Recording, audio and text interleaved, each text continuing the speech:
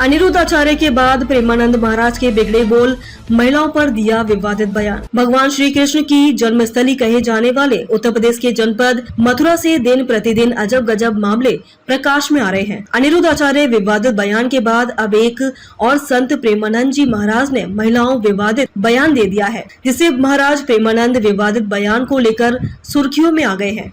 प्रेमानंद महाराज ने एक निजी वार्तालाप में कहा है कि आज के समय में 100 में से मुश्किल से 2-4 लड़कियां ही पवित्र होती हैं, जबकि बाकी सभी बॉयफ्रेंड गर्लफ्रेंड के चक्कर में पड़ी हुई हैं। यह क्लिप सोशल मीडिया पर तेजी से वायरल हो रही है। इस बयान ने संत प्रेमानंद को आलोचना के घेरे में ला खड़ा किया है।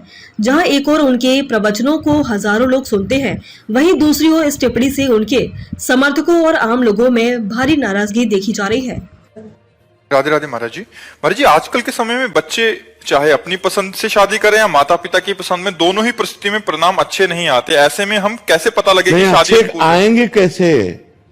अच्छे आएंगे कैसे? आजकल बच्चों और बच्चियों के चरित्र पवित्र नहीं है, तो अच्छे कैसे आएंगे? हमारी माताओं बहनों के पहले रहन सहन देखो। बूढ़ी, हम अपने गांव की बता रहे हैं, बूढ़ी थी पर इतने से नीचे इतना, और आज बच्चे बच्चियां कैसी पोशाकें पहन रहे हैं, कैसे आचरण कर रहे हैं। एक लड़के से ब्रेकअप, दूसरे से व्यवहार, फिर दूसरे से ब्रेकअप, फिर तीसरे से व्यवहार, और व्यवहार व्यभिचार में परिवर्तित हो रहा है। कैसे शुद्ध होगा? मान लो हमें 4 होटल के भोजन खाने की जबान में आदत पड़ गई है, तो घर की रसोई का भोजन अच्छा नहीं लगेगा। जब 4 पुरुष से मिलने की आदत पड़ गई है, तो एक पति को स्वीकार करने की हिम्मत उसमें नहीं रह जाएगी। ऐसे ही जब 4 लड़कियों से व्यभिचार करता है। राधे राधे, मैं शिखा शर्मा, समाज सेवी पूर्व प्रत्याशी शिखा शर्मा। मैं आप सभी लोगों से ये कहना चाहती हूँ, मथुरा वृंदावन में हो क्या रहा है, ये धर्म के प्रचारक बन जा रहे हैं, ये औरत और लड़कियों के ऊपर टिप्पणी कर रहे हैं, और हमारा प्रशासन, ब्रजवासी सब हाथ पे हाथ धर के बैठे। इस तरीके की महिलाओं के ऊपर टिप्पणियां हो रही है, बिटियाओं के ऊपर टिप्पणियां हो रही हैं। क्या कोई आवाज नहीं उठाएगा? ऐसे लोगों को कथावाचक नहीं, ये कथावाचक नहीं है, ये औरतों के ऊपर टिप्पणियां करने वाले, इनसे क्या कहोगे? इनके लिए तो मैं अब शब्द भी कहूंगी तो भी मेरा मुंह बंदा होगा। ऐसे लोगों से वृंदावन से भगाया जाए। अब जिनको हम बहुत मानते, चलो अनिरुद्ध आचार्य है, छोरा है, हाँ, उसका तो काम ही इस तरीके का है कि महिलाओं के ऊपर टिप्पणी करना, लेकिन प्रेमानंद जी महाराज जी से ये उम्मीद नहीं थी कि वो भी इस तरीके की टिप्पणी करेंगे। एक बात बताइए, महिला क्या इसीलिए बनी है? ऐसे संत प्रचारक इसी तरीके की टिप्पणी करेंगे? अरे ये वृंदावन है, यहाँ पे किसी की टिप्पणी नहीं चलेगी, कृष्ण कन्हैया की बंसी बजेगी। आप सभी लोगों से मैं ये कहना चाहती हूँ, आप सभी लोग ब्रजवासियों एक होइए, इन सब लोगों को भगाइए वृंदावन से, नहीं तो ये मथुरा वृंदावन का नाश कर देंगे। ऐसे बाहर के लोग हैं, मथुरा वृंदावन का ये महत्व क्या जाने। अरे जी महिलाओं के ऊपर जो टिप्पणी करते हैं ना, क्या इनके घर में माँ बहन बेटी नहीं है? क्या इनकी महिला भी इसी तरीके के रास्ते पे चल के आई है? क्या कहते हैं ना, जो जिसके पास होता है वो सामने वाले को वही देता है। क्या इनकी पत्नी भी 4 जगह मुंह मार करके आई है? पहले अपने गलेवार में झांक के देखो, जब किसी बिटिया के और किसी माता बहन के ऊपर उंगली उठाइए। यदि ऐसी दोबारा से टिप्पणी की तो मैं सहन नहीं करूंगी। राधे राधे। अनिरुद्धाचार्य के बयान के बाद संत प्रेमानंद का बयान आया है, किस तरीके से देखते हैं? तो अनिरुद्धाचार्य ने सबके लिए बोला था, प्रेमानंद जी ने 2-4 लड़कियों को टारगेट किया है। तो हम तो ये चाहेंगे कि जो भी संत महात्मा लड़कियों को टारगेट करते हैं, तो वो एक नाम की लिस्ट जारी कर दिया करें कि ये नाम की लड़कियां ऐसी हैं और ये नाम की लड़कियां ऐसी नहीं है। या तो फिर एक परसेंटेज का आंकड़ा तैयार रखें अपने पास, जिससे हम लोगों को सड़क पे ना उतरना। मैं गुंजन शर्मा आज ब्रिज में आए हुए बाहरी संतों से कहना चाहती हूँ कि वृंदावन में रहना है तो राधे राधे कहना है, ठीक है?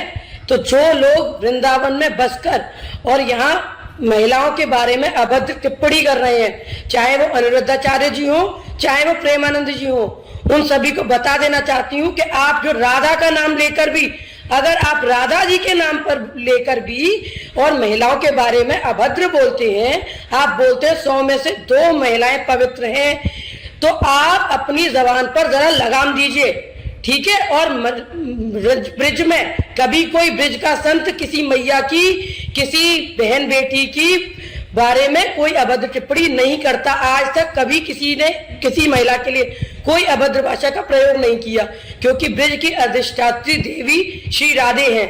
तो राधे राधे के नाम पर जो आप दुनिया भर में अपनी दुकान चला रहे हैं, आप दुनिया को राधा बोलने, राधा राधा राधा रटने का जो प्रण दिखा रहे हैं और उसके बाद महिलाओं के बारे में जो अभद्र बोल रहे हैं, आप उस पर विचार कीजिए और 100 बार सोचिए कि महिलाओं के बारे में अगर ये सब बोल रहे हैं तो आपको राधा राधा बोलने का भी हक नहीं है। राधा जी को आप किस मुंह से ये राधा राधा कर रहे हैं, जब आपको ये नहीं पता कि महिलाओं के साथ आपको कैसे बिहेव करना है, कैसे उनके बारे में बोलना है।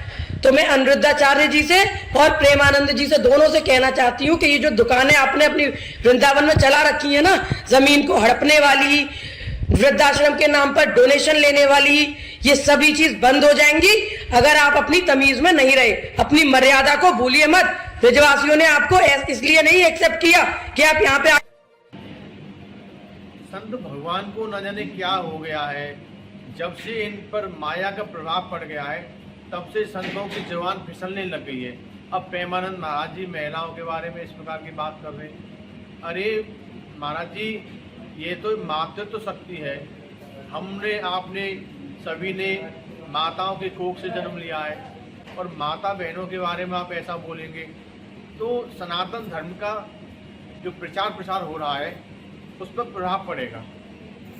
जहाँ पर लक्ष्मी का प्रभाव आ जाता है वहाँ पर थोड़ा अहंकार भी आ जाता है। तो वृंदावन में तो ऐसे ऐसे बड़े संत हुए जो माया मोह से दूर रहे, लेकिन जिन संतों पर उस माया का प्रभाव पड़ा उन संतों का जो वाणी का संतुलन है वो बिगड़ गया है। इसलिए हमारी सभी संतों के चरणों में यही प्रार्थना है कि आपने राधा नाम का जो नाम है उसको संकीर्तन करने के लिए कहा है, तो सभी युवा आपसे प्रेरणा लेकर राधा नाम का संकीर्तन कर रहे हैं। आप छोटी छोटी बच्चियों का सिर मुड़वा रहे हैं, उनको विधवा बना रहे हैं, ये भी दुखद है। ऐसा आपको नहीं करना चाहिए। अरे आप तो बहुत बड़े संत हैं, आपके करोड़ों फॉलोअर्स हैं, आपको तो सनातन धर्म का जो उच्च कोटि का जो प्रावधान है उसे ही भक्तों को देना चाहिए। आप इससे प्रेरणा लेकर लोग सभी सनातन धर्म की तरफ मुड़ रहे हैं। हमारी आपके चरणों में यही प्रार्थना है कि महिलाओं के बारे में कुछ गलत शब्द नहीं बोलें।